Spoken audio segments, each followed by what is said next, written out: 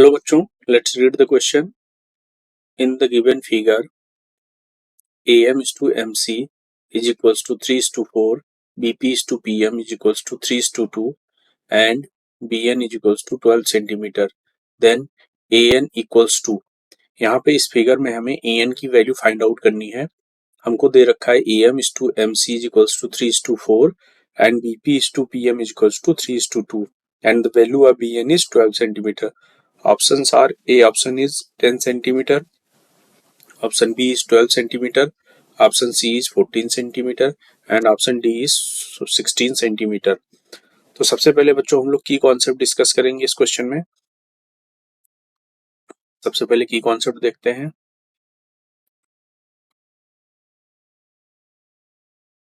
इस क्वेश्चन में हम लोग बीपीटी थ्योरम अप्लाई करेंगे.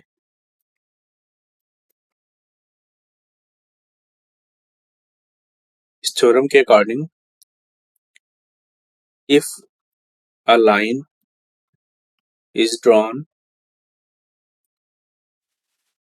parallel to one side of a triangle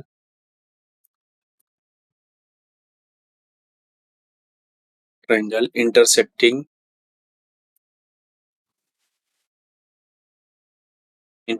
the other two sides in distinct points.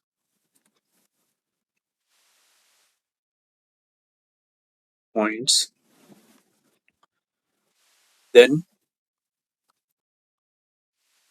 the other two sides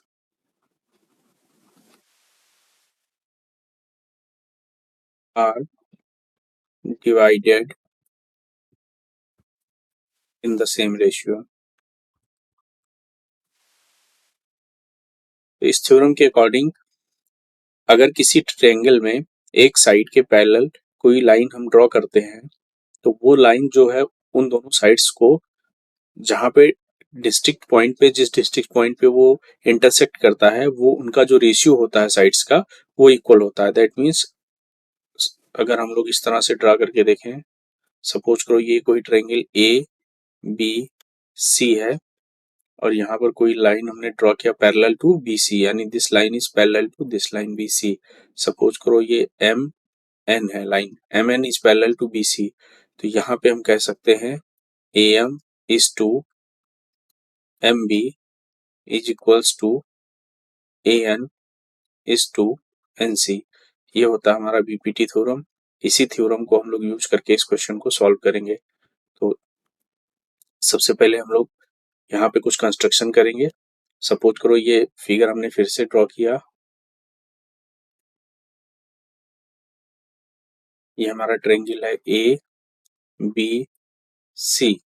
यहाँ पे line है बी एम और इसी तरह से यहाँ से अगर ड्रॉ करें हम तो ये हमारी लाइन हो गई N C.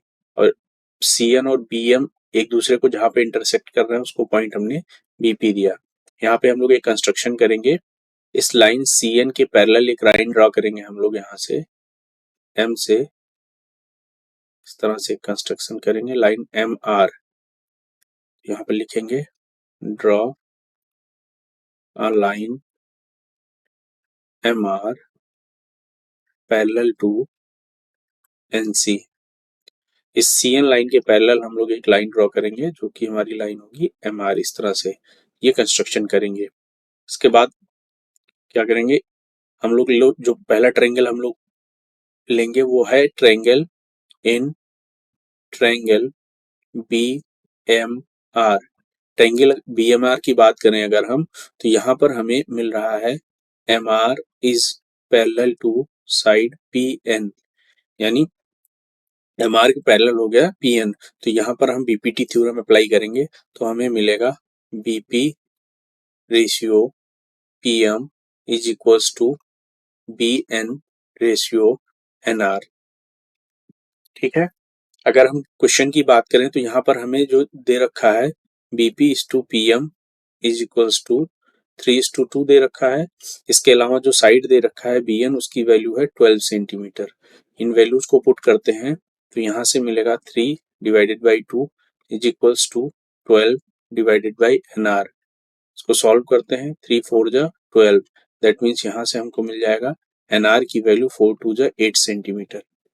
That means triangle BMR में BPT थ्योरम अप्लाई करके हमें साइड NR की वैल्यू मिल गई।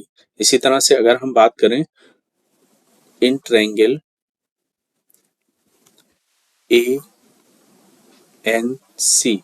ANC ट्रायंगल की अगर बात करें तो यहाँ पर हमें पता है side MR is parallel to side NC। ये जो साइड है CN ये MR के पैरेलल है, जैसा कि फिगर में हम लोग देख रहे हैं। तो यहाँ पर फिर से अगर हम BPT थ्योरम अप्लाई करें तो यहाँ पर हमें मिलेगा AR ratio RN is equals to AM ratio MC। अगर क्वेश्चन में देखें तो हमें दे रखा है AM is to MC is equals to 3:4 और NR की वैल्यू अभी हम लोगों ने ऊपर कैलकुलेट किया 8 सेंटीमीटर। इन वैल्यूज को यहाँ पुट करते हैं तो ये आ जाएगा AR upon 8 is equals to 3/4 यानी 4 2 जा 8। तो यहाँ से हमें मिल गया AR की वैल्यू 3 2 जा 6 सेंटीमीटर। अगर हम फिगर देखें तो AN is equals to AR plus NR। यहाँ से हमें क्लियर है फिगर से AR प्लस NR। AR की वैल्यू अभी हमने फाइंड आउट किया 6 सेंटीमीटर और NR की वैल्यू ऊपर फाइंड आउट किया 8 सेंटीमीटर। दैट मीन्स जो AN की वैल्यू हमें मिली AN is equals to 14 centimetre.